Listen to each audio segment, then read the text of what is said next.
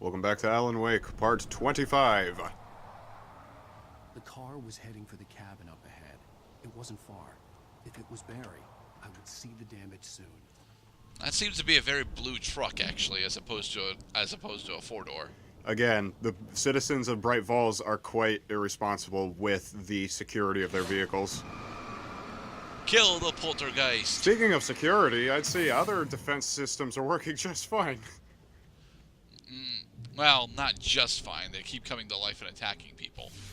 I like that there was a plank of... I'm trying to deliver each page to the right time and place. I'm trying to show you how the story goes. But why, God? Why? It's not God, it's Alan. It's Thomas Zane, actually. Oh. I don't know if that's a spoiler at this point, but yeah, that is actually Thomas Zane talking. Laid out to it in the manuscript, growing stronger and stronger, moving like a storm from one scene of destruction to the next. But it was still bound to follow the story and chained to the dark place it came from. When the story reached the end it longed for, it would finally be free. It was a strange spaceman or a diver in a bulky suit. He was the one who'd been placing the pages on my path. So, how did Zane get a diving apparatus? That is a good question. I think the only significance of the diving suit is that everything is connected to Cauldron Lake. But here's the thing. Zane is supposed to be from, like the mid-1800s, isn't he? No. He's 1970s, actually. Oh, 70s. Oh, then yeah, he could have gotten a diving suit. We had commercial recreational diving suits available by then. We have self-contained underwater breathing apparatuses. As the Anderson brothers walked unsteadily away from the clinic with the other patients in tow, knowing that this time they wouldn't return. The darkness around them seethed with horrors, but Tor and Odin were unafraid. Their eyes glinted with guile. They knew every secret path, and there was blood on their hands. They had fought these shades before. So, do Tor and Odin get a prequel game? No, they do not. Not even they. And as you recall from American Nightmare, the only quote unquote glimpse we have of the Anderson brothers was that they played a track by the old gods of Asgard. So shotgun ammo. So Tor and Odin have unleashed their madness upon the world. They are free from Dr. Hartman's clinic, which has basically been totally destroyed by darkness. I actually can't remember if we even bump into them for the rest of the game, to be honest. Hey, there was a thermos up there. I saw it. I saw the thermos. Gonna get it. Gonna get it. Also, be careful for those bear traps on the ground. They do hurt quite a bit. Oh, Hello's just spawning in, Wraith. Yes. You love ambushing me when I find items, don't you? You should probably be saving your shotgun shells, honestly, dude. Yeah, for the bigger guys, you're probably right. Oh, you don't have another weapon option at the moment. It's okay. my only defense. So a couple things I wanted to point out. I did want to say before that I like how when your flashlight destroys possessed objects, it actually removes the objects from the game. They cease to interact with other objects, because if you were paying attention to that gate that I had taken out, it actually caused a wooden plank to fall over when the objects ceased to be in the game. Another thing is that the real function of those bear traps were to hold you in place so that the Taken will beat the shit out of you. Can the Taken actually get intercepted by the bear traps? No, the Taken cannot get intercepted by the bear traps. They are all darkness. They all flow into each other or something. It's like throwing a jet of water at Poseidon. Well, if Poseidon's on the ground, that might actually annoy him. It's like this water had come at an inopportune time. Now I am lost. Just follow the bear traps, you'll be fine. I don't want to follow the bear traps. I'm scared I'm going to step on them. Ow.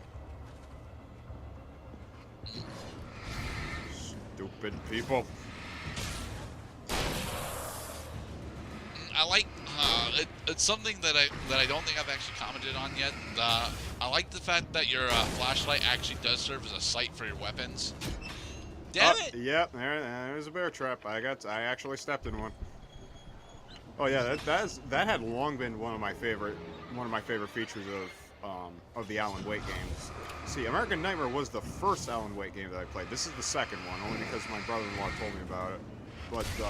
But yeah, that your cursor is the flashlight, that you can like passively look at enemies Ouch. with it. Ow.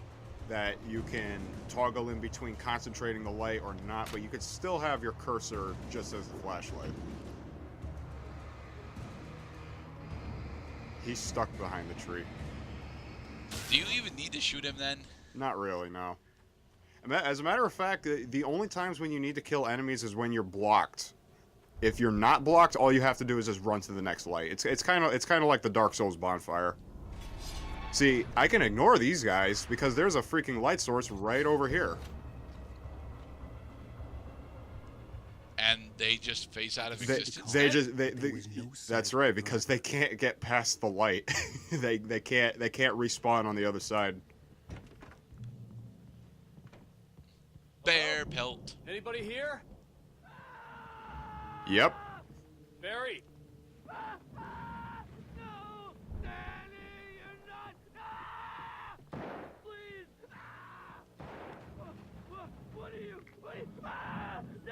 The front door was locked. Then kick it! It's a glass window! There are more important things going on than the state of Coffee the door. furnaces are not more important than Barry's life. Barry broke us out of an insane asylum. Where is this Danny? I'm gonna get him away from my buddy Barry. Damn it. There's only one path now. Exactly. You know, do that to the front door.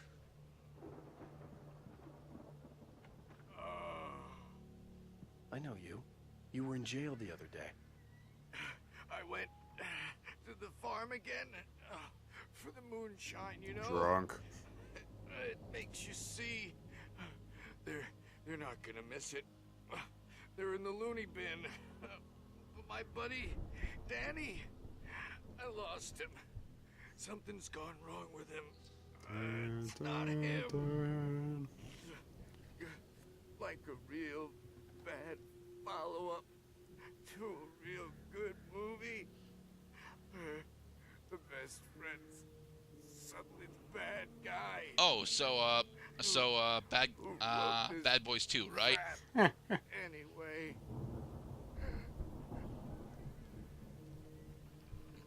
Wasn't that the plot of Bad Boys 2? I don't remember. I did not actually see Bad Boys 2. Oh. This is what you get for insulting the writer to his face. My story is not crap. It is gold. It will make money.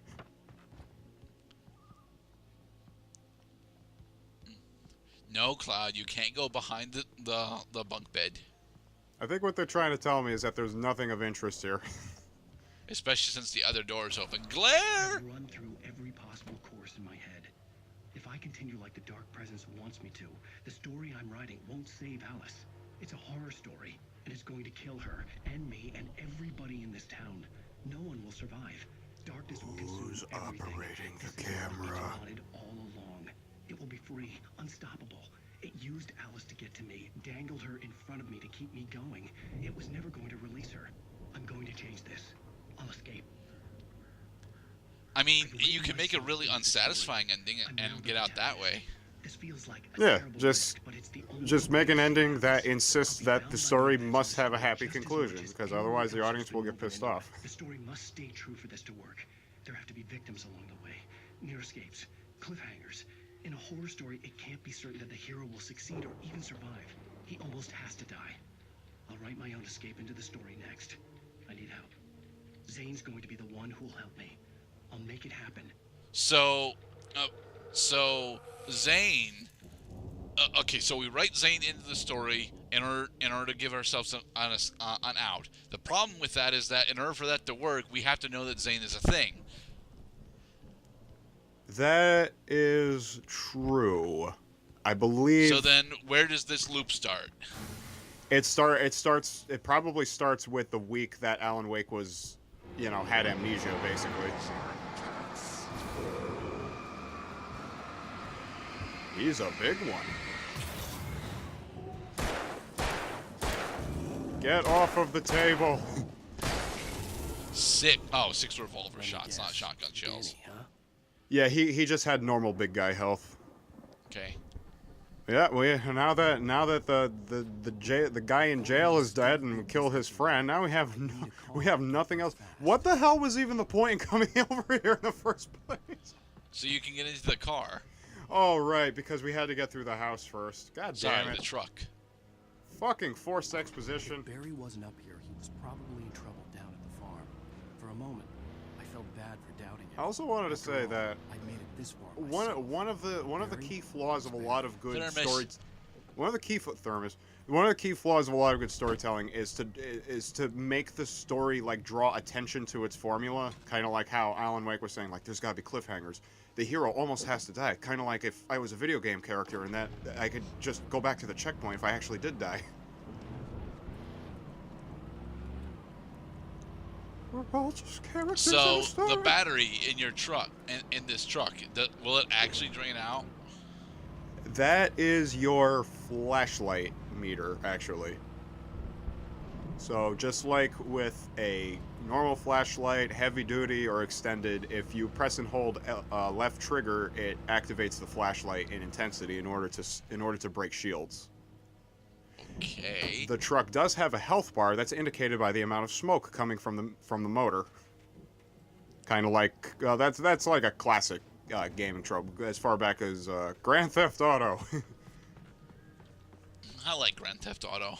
I also should try to get a Grand Theft Auto game on the show. That would be quite funny, even if the only thing I did was screw around and shoot people.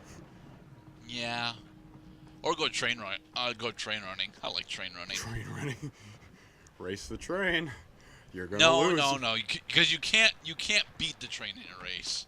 I mean, The game won't let you. You could try, and you'd look pretty dumb.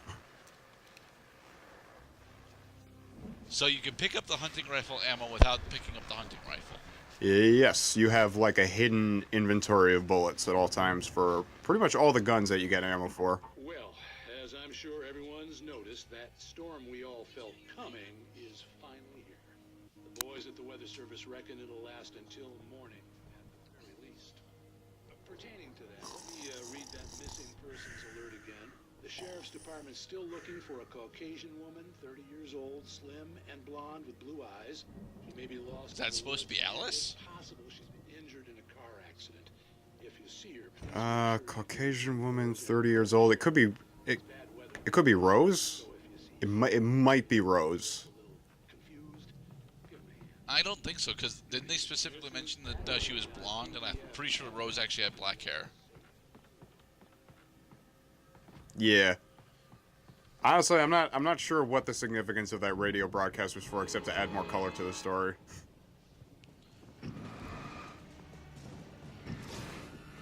Get your jumpsuits away from me. All right. So does the hunting rifle perform better than the shotgun? It seems to do about the same amount of damage. It has unlimited range because it is a rifle, of course, and it has a higher magazine capacity. So overall, it is a superior weapon.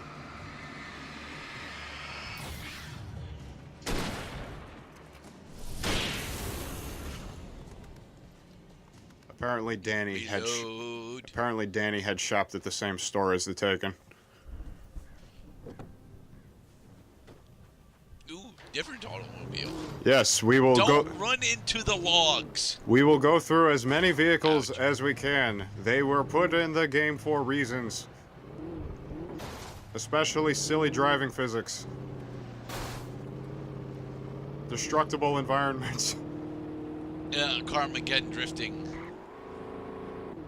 It's a race. Holy shit. Exploding bushes. Oh, we are not kidding. This is all too real, man. Alright, you found the place where you gotta get out of the car.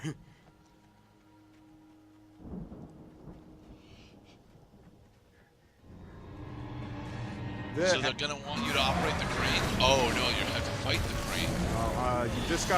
You just gotta get past the crane. You do not have to fight it. But there's a good chance that if you try to ignore it like I did, that it will probably hit you successfully.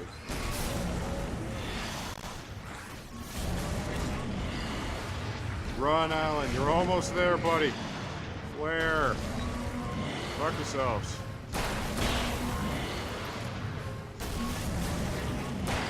And in the next part, now that we have traversed the construction mayhem and found the safety of the street light, we can get on with it. Hopefully. Our objective has been exactly the same this whole time.